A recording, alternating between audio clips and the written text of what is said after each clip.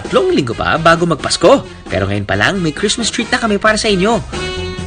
Tsokolate, gusto nyo? Wow! Chocolate!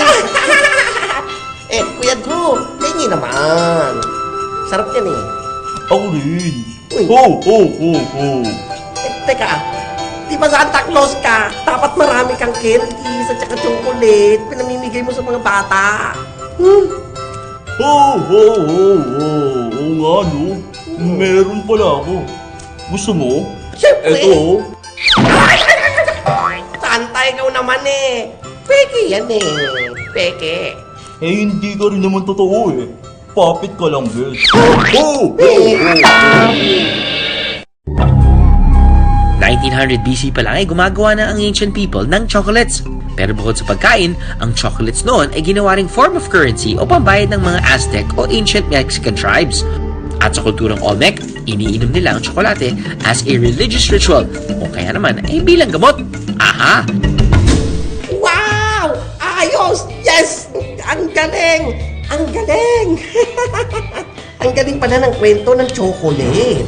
Ay, sana naman ngayong Pasko, mabigyan ako ng chocolate. Dahil hindi lang kita bibigyan ng chocolate, isasama pa kita sa paggawa ng chocolate. Ready ka na ba? Yes! Ready! Yes na yes! Tara na! Sa 12-hectare garden resort na to, nagtatanim at nagpo-process sila ng mga proudly Pinoy made na tsokolate. Oo! Sa mga puno na ito, dito nang gagaling ang mga chocolate. Gawa sa dahon! Hindi! Gawa sa kahoy? Hindi! Eh, saan gawa? Yun lang! Hindi ko rin alam. Nga! Binibiro ko lang ni Santa. Actually, sa mga bunga ng cacao tree, gawa ang mga tsokolate. Paano? Sabay-sabay natin na alamin.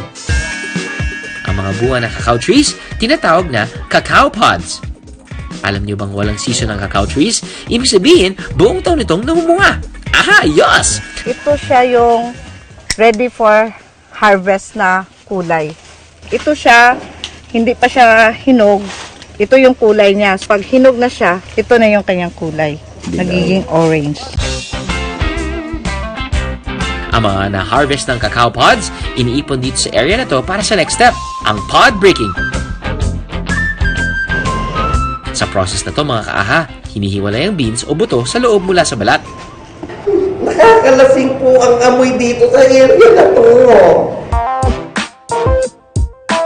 Nako! Andoy at Santa! Bakit naman kasi dyan kayo pumupwesto sa tabi ng fermentation boxes? Dyan pinapa-age ang mga kakao. Sa fermentation process na to, nagkakaroon ng chemical breakdown sa cacao beans sa tulong ng yeast na to transform ang sugar to acids or alcohol. So, sa ganito na na proseso, it takes for 5 days na fermentation. Ang mga na-ferment na cacao beans, dinadala naman ito para sa next step. Ang solar drying o ang pagpapatuyo sa ilalim ng araw. Mga bes, ang tagal maging chocolate ha? Init na ba you? After 5 to 7 days of drying, ganito na ang magiging itsura ng cacao beans. Wow! Amoy chocolate na, Santa! Naamoy ko na! Mukhang malapit na! At ang last step dito sa farm, ang tinatawag na sorting o yung paghihiwalay ng beans depende sa size.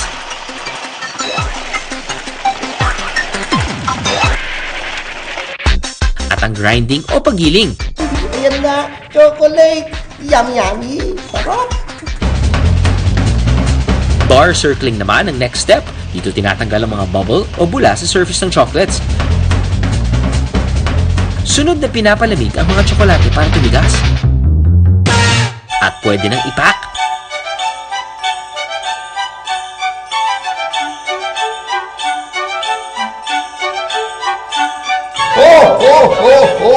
Abangan ninyo mga chocolate sa mga Christmas socks ninyo ngayong Pasko mga kaaha!